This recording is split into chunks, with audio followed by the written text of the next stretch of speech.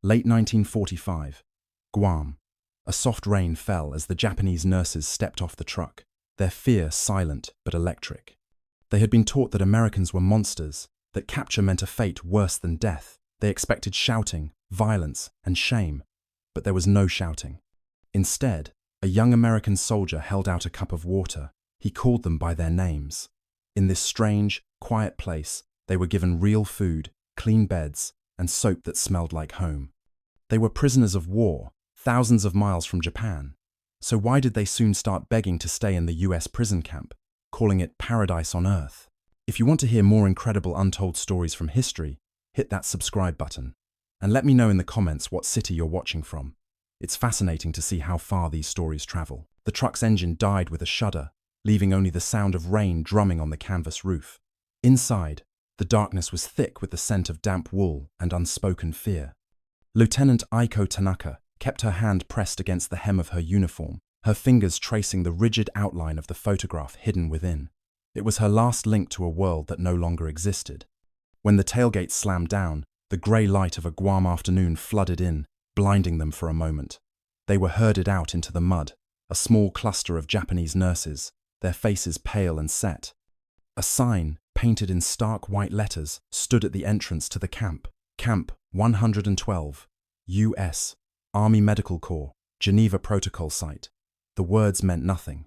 They were just ink on wood, a flimsy promise in a world where promises were broken like bone. Aiko expected the shouting to start immediately. She had steeled herself for the rough hands, the insults, the dehumanization drilled into them during training. But the camp was unnervingly quiet. A young American corporal with tired eyes and a gentle face moved toward them, not with a rifle, but with a metal ladle and a stack of tin cups.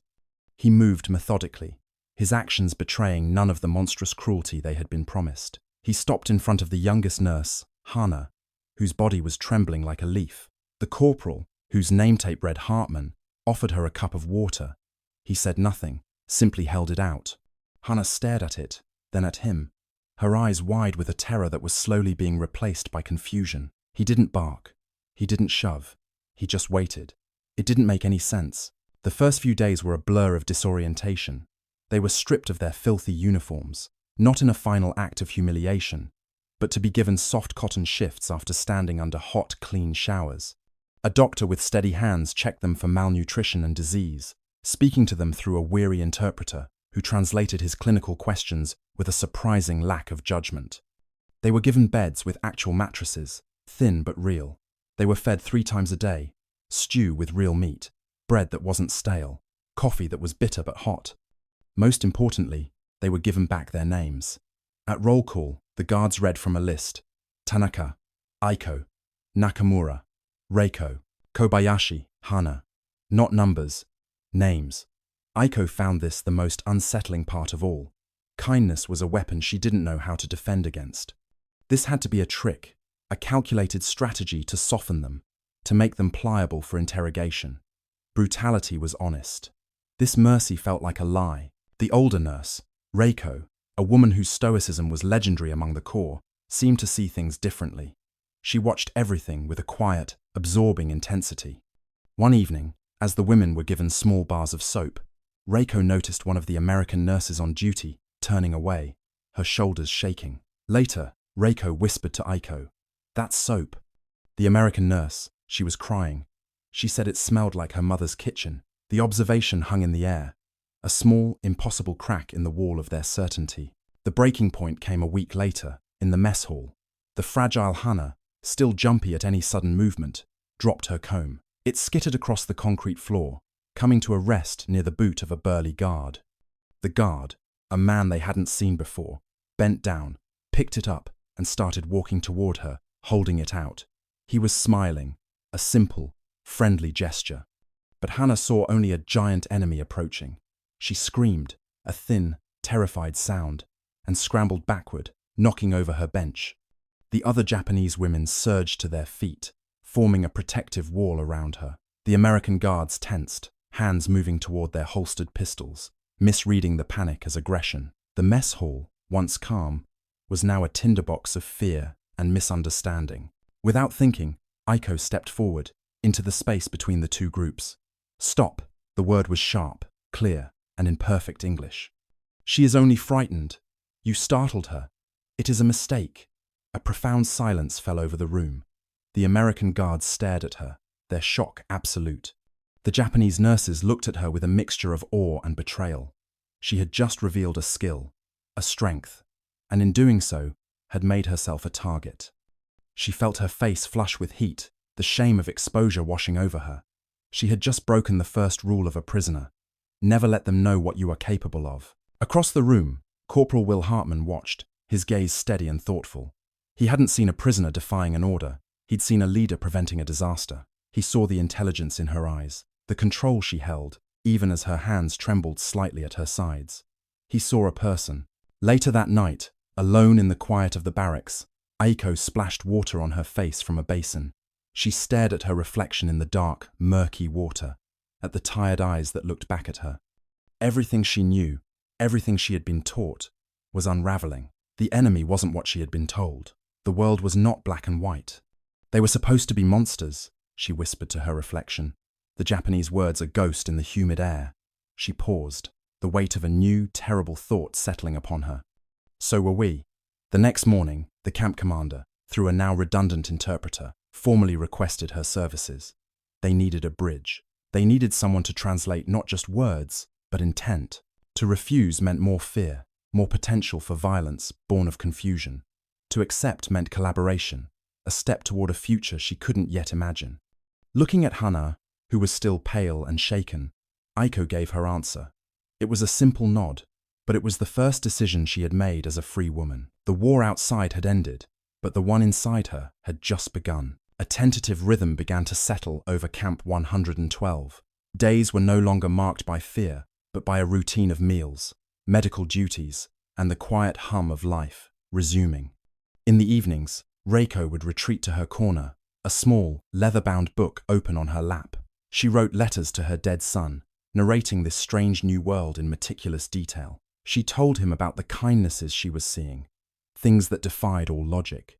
She wrote of Corporal Hartman, finding one of the older nurses shivering with fever and quietly draping his own field coat over her shoulders, saying nothing as he walked away. She described the camp chaplain, a kind man with a terrible grasp of Japanese, attempting to lead a prayer.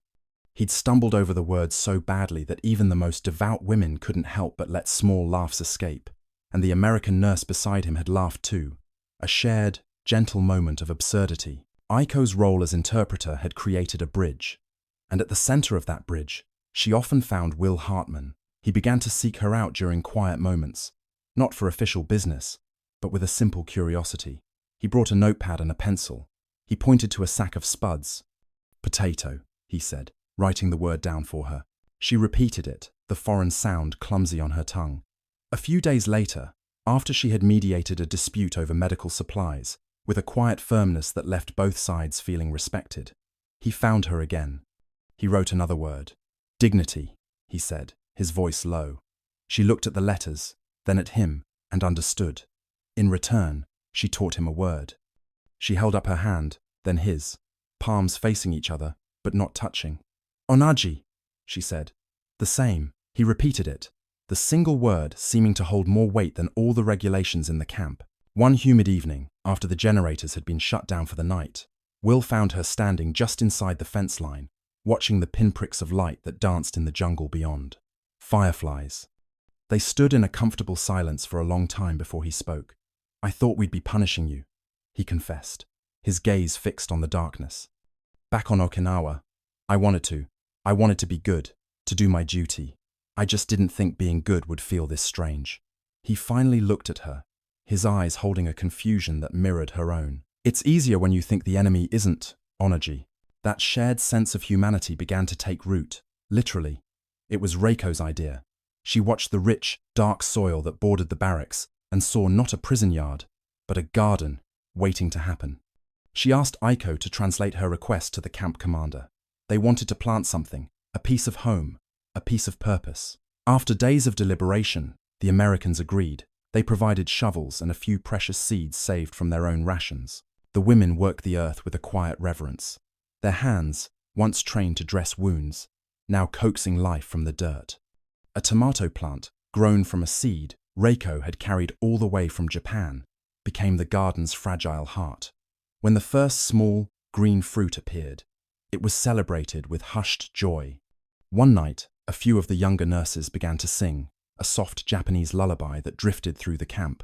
From the guards' barracks, an answering melody arose. A lonely American hymn played on a harmonica. The two songs, born of different worlds, intertwined in the night air.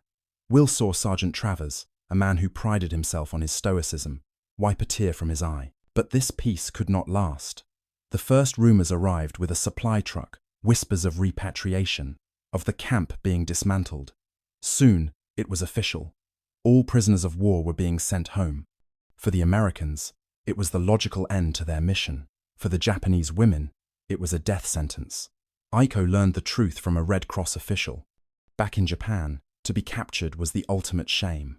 It meant you had failed your emperor, your family, your country. She would be a ghost, unable to work as a nurse, a disgrace to her family name. They would be shunned, their stories silenced, their sacrifice erased. One evening, as they watered the garden for what they knew would be one of the last times, a young nurse beside Aiko began to weep quietly. "Can't we stay?" she whispered, her voice choked with desperation.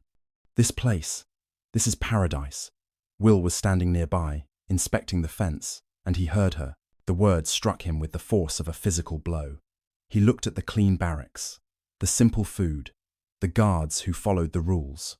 We treated them like people, he thought, a storm of guilt rising inside him.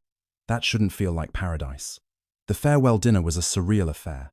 The mess hall was decorated with woven palm fronds, and the cooks served canned peaches for dessert, a rare luxury. Someone played a piano, the cheerful notes jarring against the palpable grief in the room. The bubble had burst. The next morning, they found Hana. She had hanged herself in the washroom, using the sash from her clean cotton shift.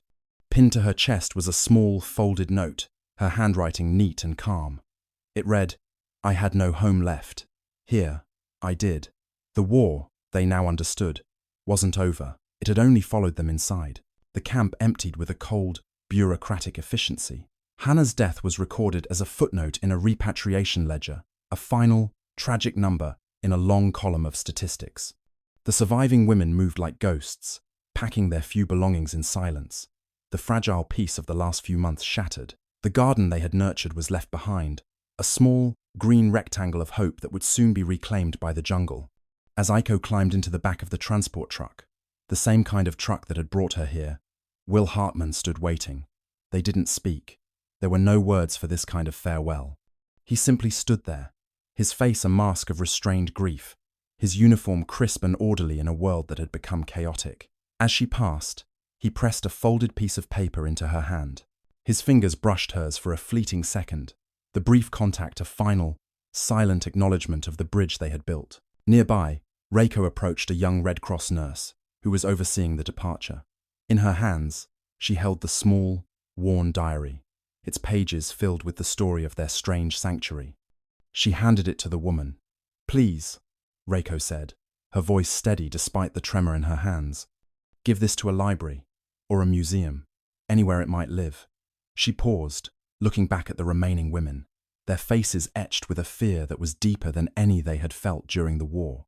"They need to know we were here," she whispered, her words a final plea for remembrance. "And we were whole." The tailgate slammed shut, sealing them in darkness once again. The engine roared to life, and the truck lurched forward, carrying them away from the only place they had felt safe. Months later, the grey, drizzling sky of Osaka mirrored the greyness in Aiko's soul. She stood in a long queue outside a government office, a line of broken people seeking work in a broken country.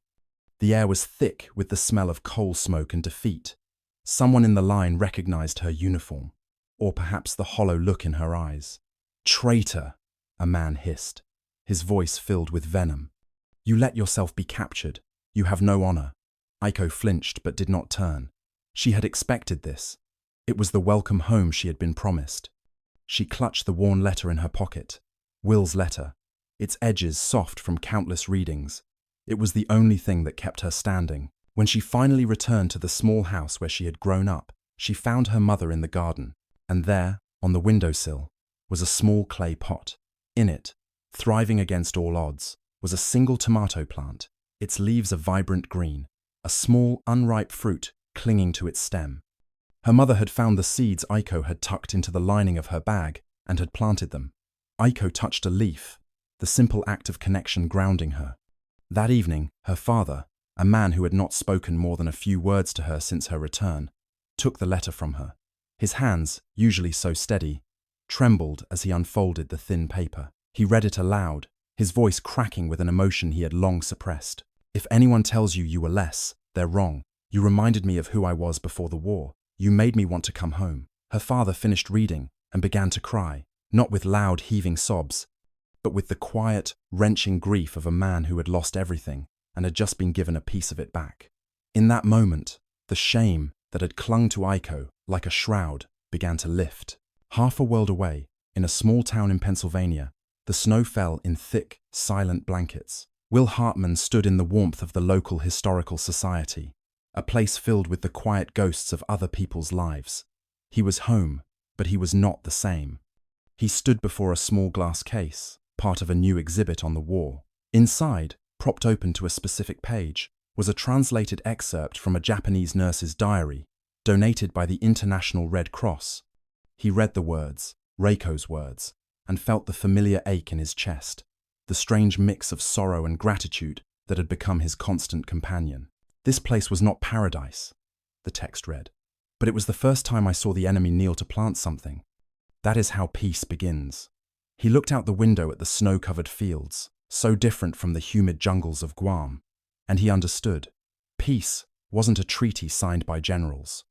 It was a seed planted in enemy soil. It was a cup of water offered without a word. It was a name spoken aloud in a place where you expected to be a number. The final image of the story lingers, a split screen of memory and hope. On one side, a tomato plant, now bearing a single, ripe, red fruit, sits on a Japanese windowsill. A woman's hand, Aiko's hand, gently waters it. On the other, the memory of a quiet camp, a shared song, a letter that crossed an ocean. Paradise isn't a place without pain or loss. It isn't perfect.